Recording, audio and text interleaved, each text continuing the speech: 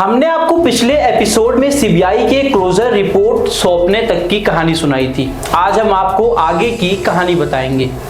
Video की शुरुआत CBI की क्लोजर रिपोर्ट से करते हैं। दरअसल इस रिपोर्ट में लिखी बात को कोई भी ज्यादा तवज्जो देगा, जैसा कि आरुषि और उसके पिता के बीच संबंध को लेकर मीडिया के जरिए जो बात सामने आई, उसके लिए सबसे पहले 15 मई को दिन के घटनाक्रम को जानना भी जरूरी है। आखिर उस दिन दोपहर से लेकर फिर रात में 12 बजे तक क्या हुआ।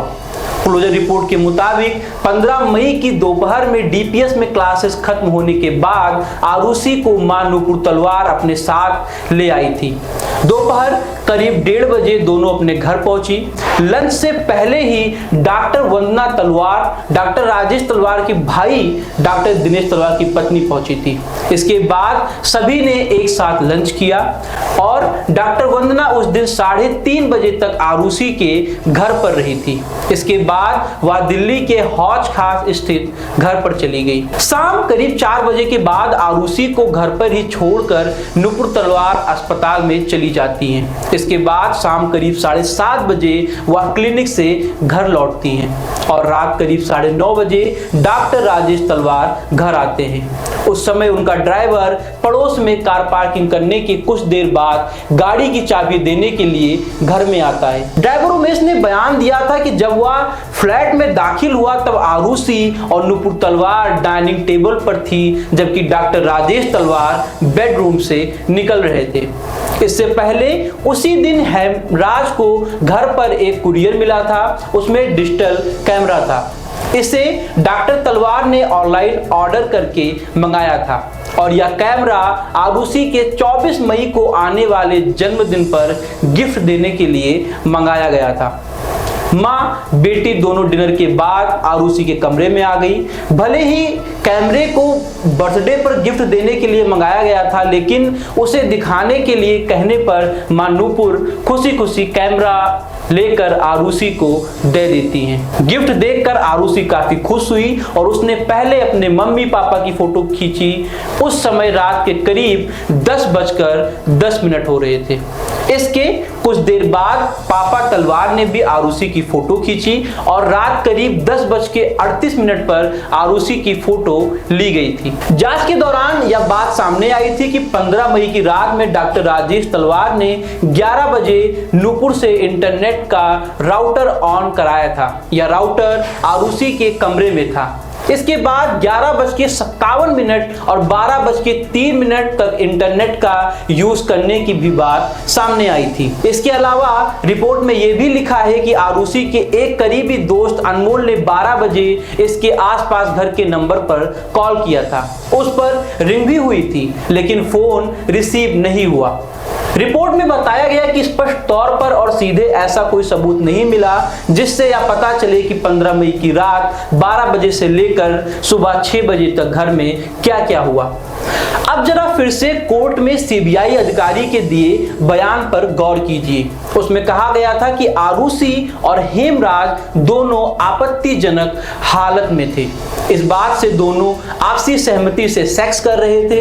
ऐसे में सवाल उठता है कि आरुषि को विरोध करने की क्या जरूरत थी, या फिर हेमराज ने उसके साथ जबरदस्ती की थी। तब तो डॉक्टर तलवार को सिर्फ नौकर को ही मारना चाहिए था। ऐसे में डॉक्टर को अपनी बेटी को सिर्फ बचाना चाहिए था। हालांकि यहां सवाल आपके मन में हो सकता है कि हाथ पर नीला निशान पिता डॉक्टर राजेश तलवार के हमले के दौरान भी हो सकता है। उस दौरान भी आरुषि विरोध कर सकती थी।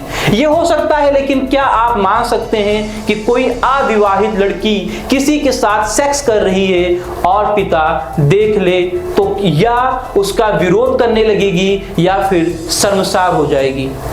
हालांकि यह बात वैचारिक भी हो सकती है, लेकिन तार्किक बात यह है कि अगर आरुषि विरोध कर सकती थी तो नेपाली नौकर हेमराज क्यों नहीं?